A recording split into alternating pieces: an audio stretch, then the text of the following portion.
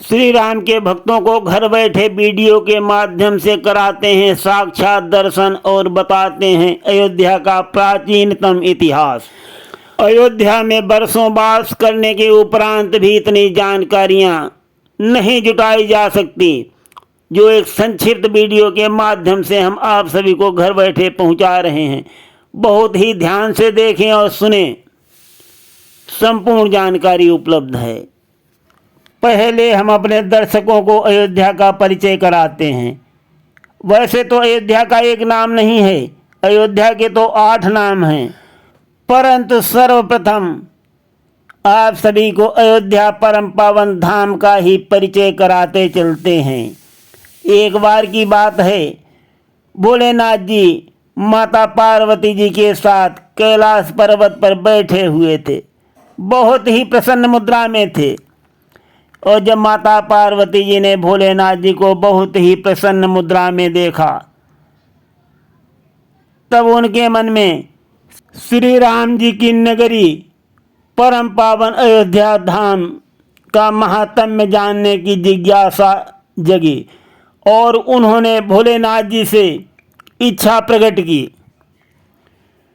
महादेव जी उनकी विनम्र वाणी सुनकर बहुत ही प्रसन्न हुए और बोले, हे देवी, हे प्रिय, अयोध्यापुरी जो है सभी नदियों में श्रेष्ठ श्री सरयू नदी के दाहिने किनारे पर बसी हुई है और उसके महात्म्य का वर्णन करने की क्षमता किसी में नहीं है, यहाँ तक कि शेष और शारदा में भी नहीं है।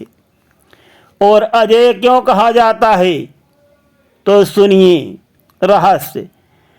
ब्रह्मा जी बुद्धि से रक्षा करते हैं, विष्णु जी चक्र से अयोध्या की रक्षा करते हैं और मैं अपने त्रिशूल से सदा अयोध्या की रक्षा करता हूँ। भोलेनाथ जी की बात को सुनकर माता पार्वती जी बहुत प्रसन्न हुई और जब माता पार्वती जी को प्रसन्न देखा तो भगवान भोलेनाथ जी भी प्रसन्न हो गए और सब कुछ बताने की इच्छा भोलेनाथ जी के मन में भी जाग उठी। उन्होंने कहा कि अब मैं तुमको बताता हूँ अयोध्या कहाँ से कैसे आई धरती पर। उसके बाद में बताया कि अयोध्या जो है भगवान वैकुंठनाथ की थी, जिसे महाराज मनु पृथ्वी के ऊपर लेकर के आए और अपनी सृष्टि का प्रधान कार्यालय बनाने के लिए भगवान वैकुंठनाथ से मांग ले गए थे। अयोध्या में सूर्यवंश के 127 महाप्रतापी राजाओं ने कुशल शासन किया है।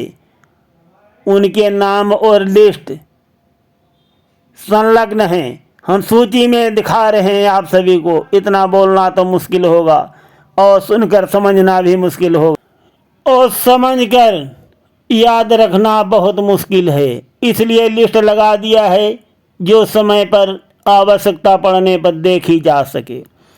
उसके बाद में महाराज मनु ने अयोध्यापुरी को पृथ्वी पर स्थित कर दिया और यहीं से सृष्टि की रचना प्रारंभ हुई और इस पवित्र भूमि को बहुत काल तक उन्होंने सेवा की और उसके बाद महाराज मनु ने इस अयोध्या को इक्ष्वाक वंश को दे दिया।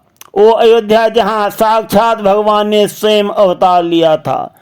सभी तीर्थों में श्रेष्ठ एवं परम मुक्ति धाम है। अब यहाँ पर हम कुछ खास नगरों के नाम प्रस्तुत करते हैं जो भगवान नारायण हरि के अंगों के नाम से जाने जाते हैं। उनमें अयोध्या का भी वर्णन आता है। समस्त गुणों से युक्त अवंतिकापुरी उज्जैन कहलाता है जो भगवान विष्णु का चरण है और कांचीपुरी कटिभाग है। द्वारिकापुरी नाभि है। मायापुरी जो है हरिद्वार हृदय से है। गर्दन का मूल भाग जो है वो मथुरा कहलाता है और काशीपुरी जो है वो नासिका है।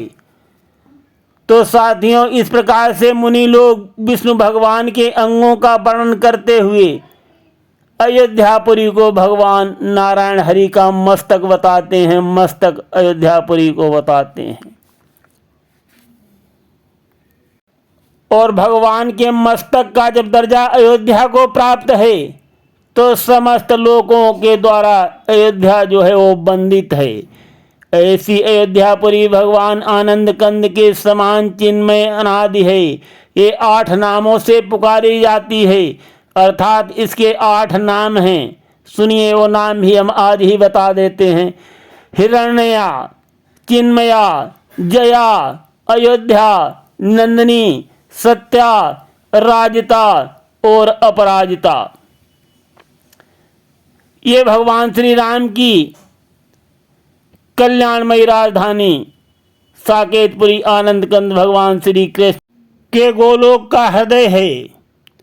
यहाँ पैदा होने वाले प्राणी जो हैं अग्रजन्मा कहलाते हैं। अग्रजन्मा, जिनके चरित्रों से समस्त पृथ्वी के मनुष्य शिक्षा ग्रहण करते हैं। और मानव सृष्टि जो है सर्वप्रथम यहीं से उत्पन्न हुई थी।